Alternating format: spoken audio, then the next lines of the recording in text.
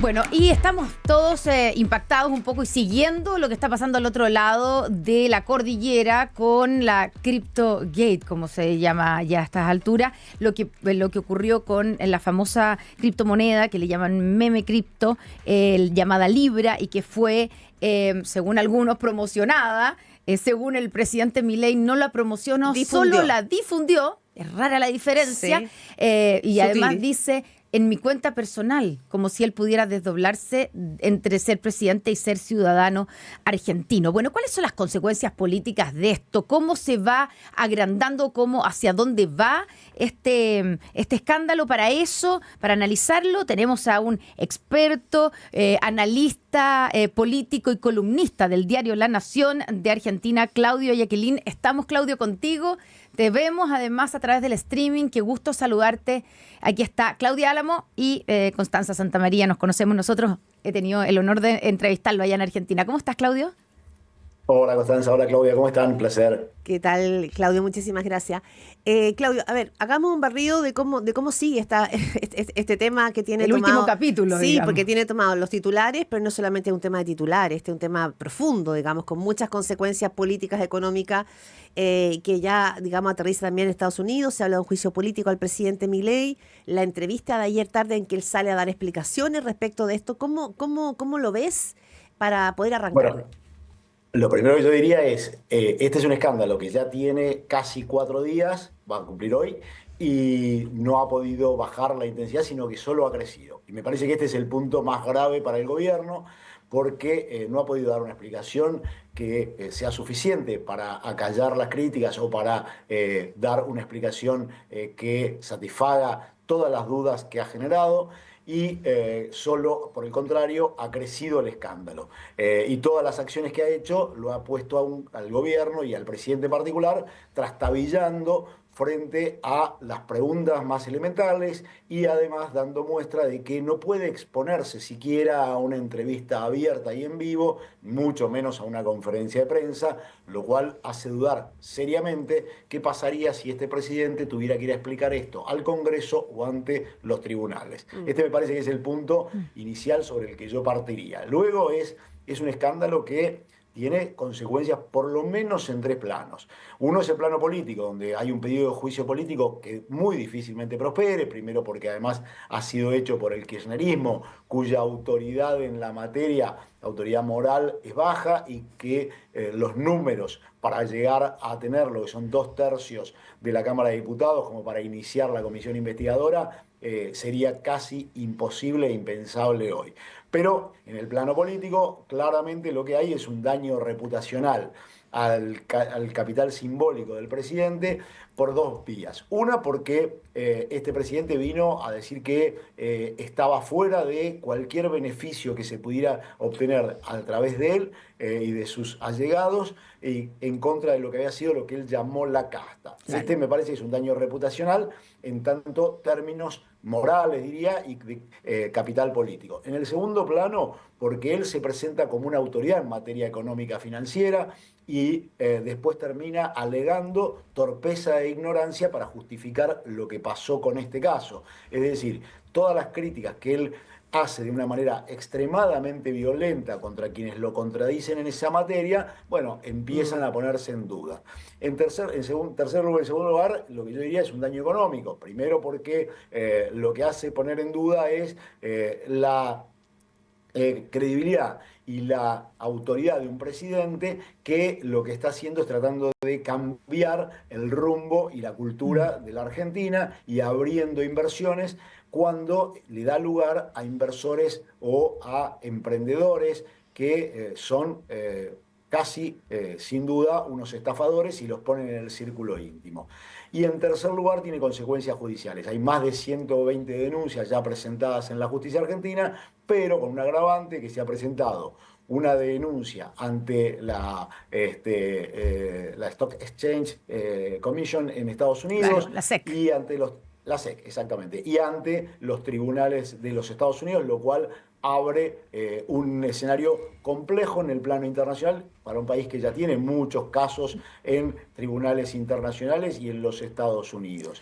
Y por último, lo que abre es un conflicto hacia adentro del gobierno, donde lo que pone en evidencia, y de alguna manera el presidente lo manifestó ayer, es el sistema de toma de decisiones y cómo se gestiona ese círculo más pequeño, que es el que en la Argentina toma todas las decisiones y muestra fisuras entre dos de los tres personajes de lo que el presidente ha llamado el Triángulo de Hierro, que son Karina Milei, la primera responsable aparentemente de la inclusión de estos personajes en el círculo de Milei, que llegaron a ser los que Milei termina difundiendo, según él, promocionando para muchos otros este activo tóxico, en definitiva, porque así lo podemos calificar, y esto pone en cuestión quién es Karina Milei, que no es solo la hermana del presidente, es la secretaria general de la presidencia, la que organiza todo el esquema, el círculo más pequeño, y además la constructora política del espacio de Javier Milei.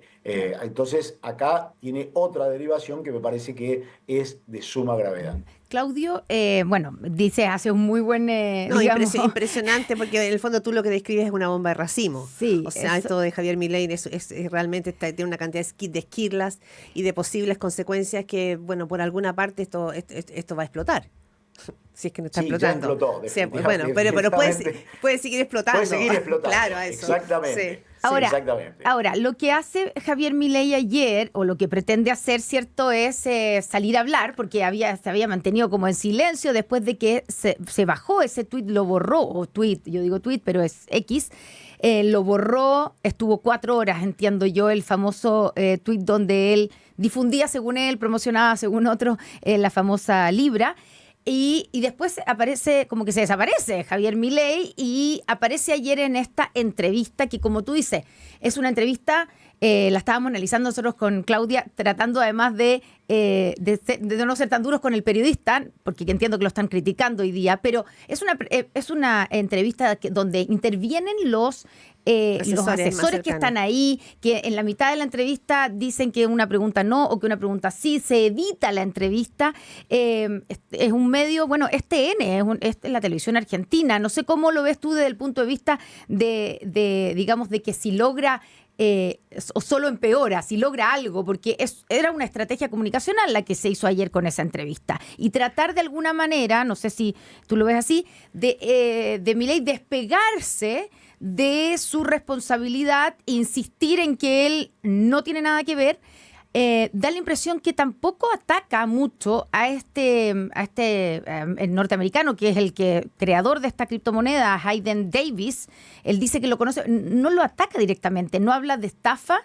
Es como que también de alguna manera trata de convencer que no hay delito acá, y dice que la gente que invirtió, bueno, es como alguien cuando va al casino, sabe a lo que se arriesga, y la gente que invirtió, dice, o que vio mi tweet, mi ex, es gente que se maneja en el mundo de las criptomonedas, etcétera. Nadie iba ahí como de ignorante. ¿Él le resulta en algo? Y no sé si ¿sirvió la estrategia o no sirvió de nada, o solo empeoró las cosas? A ver, sin entrar, y eso lo voy a decir después, sin entrar en el final bochornoso donde se sube el video completo y se ve que esta entrevista tiene bastantes acuerdos de no preguntar determinadas cosas, lo cual ya terminó por agravar todo. La propia entrevista y los antecedentes muestran varias cosas. Uno es que la estrategia para hacer frente a esto era una estrategia que tenía muchas dificultades y que no encontraban cómo hacerle frente. De hecho, yo hablé con una de las personas más allegadas al presidente el domingo a la noche, cuando yo estaba escribiendo mi columna que publicó los lunes en La Nación, y le pregunté, bueno, ¿cuál va a ser la estrategia para hacer frente? Me dijeron, va a dar una entrevista con Johnny Viale en TN mañana. Bueno, ya me parecía que esto era pobre.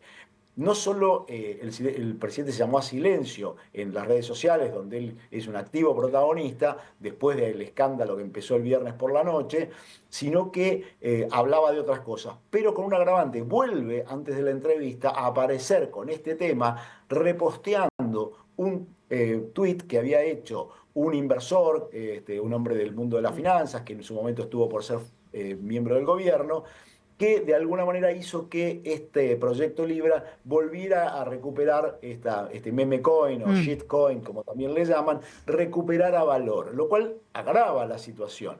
Después el presidente dice en esta entrevista, esto que acabas de decir, de que esto es como ir al casino. Dijo algo más grave. Lo de la ruleta rusa, yo creo. Dijo, es como jugar a la ruleta rusa. Él difunde, el presidente asume que difunde una actividad que podría ser como jugar a la ruleta rusa o ir al casino, pero en todo caso sería un casino cuasi clandestino, donde el dueño del casino puede quedarse con todo el dinero en cualquier momento. Esto es grave y el presidente parece no haber tenido los filtros suficientes. Luego el presidente dice que va a tener que levantar una muralla en torno de él, mejorar los filtros para evitar que entre gente que podría causarle daño. El problema es que, como bien decís, él no critica ni a Mauricio Novelli, que es el argentino que hizo el contacto con estos supuestos inversores, emprendedores, el estadounidense Hayden Davis y el singapurense Julian P.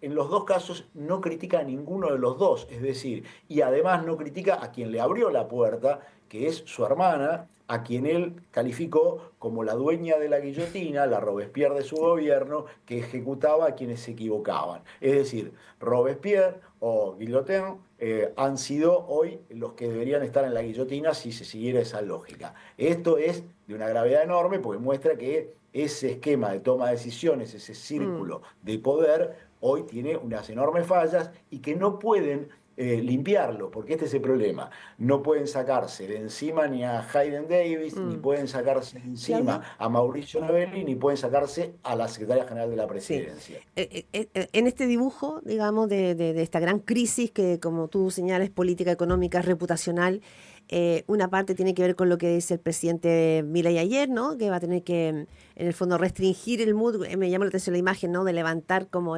filtrar y levantar la muralla. Dentro de esa muralla está su hermana, que es la jefa, digamos, también antes de ser la dueña de la guillotina, es la jefa. No veo que eso pueda quebrarse, pareciera ser una dupla inquebrantable. Pero la gran pregunta a nivel del país, en el caso de la Argentina y del mundo, es si esto fue un error que él hizo. ¿Cometió un error Javier Milei? ¿Cayó de bobo, como quieren decir algunos? ¿O aquí lo que hay de fondo es una apuesta? Y eso es muy distinto porque es el presidente de la República y por lo tanto yo veía ayer a la presidenta de México que justamente ponía el punto ahí, ¿no? Lo complejo que es que un presidente de la República tome en la mano algo que puede tener conflictos de intereses de marca mayor. Y que puede ser una estafa. El problema es que, sí. Exactamente. El problema es que en este gobierno está lleno de personas en torno de él o integrándolo que tienen conflictos de intereses, que tienen intereses económicos, que se acercan a este vínculo. ¿Quién es la persona que más vinculada está con ese espacio? Es la hermana del presidente. Tanto es así, pequeña detalle local, pero la persona más allegada hoy a la hermana del presidente es la esposa de un desarrollador inmobiliario que es el vicepresidente del Banco Nación. Ella es la representante política en la ciudad de Buenos Aires y a su vez preside en la ciudad de Buenos Aires, en la legislatura de la ciudad de Buenos Aires, la Comisión de Desarrollo Urbano cuando su esposo es un desarrollador urbanístico. Con lo cual, lo que estamos viendo es que ese círculo tan pequeño, que también se compone, por ejemplo, de quien es el canciller, un hombre de negocios, como es Huerte, es parte de ese mismo círculo. Así podemos hablar de por lo menos 3 o 4 casos. Es decir, parecería que esta distancia que tiene que tomar entre lo privado y lo público, que lo pone en evidencia esa dificultad que tiene el presidente para comprender cuál debe ser la distancia entre lo público y lo privado, como lo manifestó ayer respecto de su cuenta de X, está demostrando que hay un problema serio y que esto tiene consecuencias legales. Entonces, cuando alguien tiene que invertir en un país que tiene una trayectoria tan ruidosa, tan ruinosa en términos de seguridad jurídica y ve este tipo de hechos, lo que hace es ponerlos en alerta, porque hay un sistema de decisiones que es absolutamente personalista, que repara poco en las restricciones institucionales y legales y que diferencia demasiado poco entre lo público y lo privado, obviamente quienes toman decisiones empiezan a preguntarse, bueno, ¿dónde estamos yendo? Y a esto se agrava porque aparecen personas hoy que conocen del mundo cripto que habían alertado sobre estas personas que estaban llegando al presidente y sobre la inconveniencia de mantener este tipo de vínculos y promocionarlos. Así que lo que estamos viendo es un escándalo que, como bien decía Claudia, es una bomba de racimo que lo que no sabemos es dónde va a seguir explotando y que en la figura de la muralla no solo está dentro Karina Milei, sino que es la gran custodia de esa muralla. Claro, ahí está difícil porque en general, además, los presidentes cuando tienen así ocurre en Chile y en Argentina también ha ocurrido, siempre se dice que son los fusibles, ¿cierto?, los ministros o ministras, y que cuando hay un escándalo, un problema, una crisis, que muchas veces la hay, se corta por lo sano, que es sacar al ministro o ministra, pero aquí es lo más cercano que tiene Milei, que es su propia hermana, entonces se ve difícil. Ahora, Claudio, estamos hablando con el columnista, analista político del diario La Nación en Argentina, Claudio Yaquilín. Pensando en lo que viene, tú hiciste un buen desglose y recorrido de todos los flancos que se le abren. De esos, ¿cuál es el más posible o el más crítico para Javier Milei? ¿Se está viendo la posibilidad de que esto termine? Tú dices que el juicio político no tiene muchas posibilidades. O sea, aquí se descarta que tenga que salir, dejar el gobierno. Javier Milei tiene más posibilidades de que salga adelante o que avance una investigación penal o incluso la de la SEC en Estados Unidos. Bueno, todo parecería que el plano judicial es el que tiene más posibilidades de avanzar. En el plano político lo más probable es que lo que se cree es una comisión investigadora en el Congreso, que sabemos que es limitado el efecto que eso pueda tener, que ha tenido mucha repercusión en el mundo, en la casa de Milei y donde él ha construido su capital político, que es en las redes. Es el evento histórico en la Argentina de mayor repercusión de un presidente y de mayor repercusión negativa. Ha duplicado, números de varias consultoras que han seguido redes, ha duplicado el nivel de negatividad y de reproducción de miradas negativas sobre esto al escándalo de la fiesta de Olivos de Alberto Fernández. Así que para dar una dimensión. Wow. Ahora, ¿esto se va a trasladar al plano político electoral? Bueno, en ese plano sabemos siempre que se juega en varias dimensiones la toma de la decisión político-electoral de la ciudadanía. Entonces, porque es cierto que el presidente ha conseguido lo que parece ser su principal capital y lo que le valora más la ciudadanía, que es la baja de la inflación después de haber tenido una inflación del 211% en el último gobierno kirchnerista. Y eso es un logro efectivo. Eso era hasta hace una semana era el gran logro y lo estaban todos aplaudiendo, por lo menos en el barrio. Sí. Exactamente. Habrá que ver si después esto tiene algún efecto sobre la economía, habrá que ver si esto impacta en la llegada de capitales y habrá que ver si la evolución de la economía, que era uno de los talones de Aquiles, en cuanto a empleo y en cuanto a lo que es la gran discusión de fondo sobre el atraso cambiario. Ustedes viven diariamente la invasión de argentinos yendo a comprar todo, y sabemos que esto es una demostración de, bueno, cuando el dólar está caro o está barato en un país. Entonces lo que estamos viendo es que hay muchas fragilidades. Ahora, lo que sí es cierto es que hasta acá, si entre tantas fragilidades había una solidez que era el apoyo de la ciudadanía. Es que, como sabemos, siempre eso es susceptible de modificarse, sí. Y con poco que se modifique, cuando un presidente llega a esos niveles, bueno, podría alterar la ecuación. Cierto es que hoy tenemos una oposición extremadamente desprestigiada y sin capacidad para reaccionar ni ofrecer un proyecto alternativo de futuro. Y ahí, Claudio, hablamos con Claudio Yaquilín, columnista, periodista del diario La Nación de Argentina, y ahí hay un punto, el tiempo voló, pero una cosa son las grandes consecuencias políticas, económicas de grandes inversionistas, o de como la de la mirada internacional, o de la mirada de la élite en la Argentina. Y otro que me llamaba la atención es que habían entrevistas que uno podía ver ayer en los medios de comunicación, y no me parecía que la ciudadanía fuera tan categórica en decir que esto era tremendo. Él como que lo perdonaba, o sea, que pareciera ser que Milei tiene todavía un grupo de incondicionales. Y cuando él hace el punto de referencia ayer en la entrevista y dice, respecto de Cristina Kirchner, dice que ella es como es una delincuente, que es una sinvergüenza. Claro, hay una oposición que tiene el recuerdo de los Kirchner, pero parece que para la ciudadanía es como que existiera como que todos están en el barro y bueno, y Milei a lo mejor también bajó al barro, como una sensación que me llamó mucho, que me impresionó bastante. No había una crítica moral respecto de lo que podía estar pasando. La Argentina viene de 20 años de una sucesión de hechos entre bochornosos y de fracasos políticos.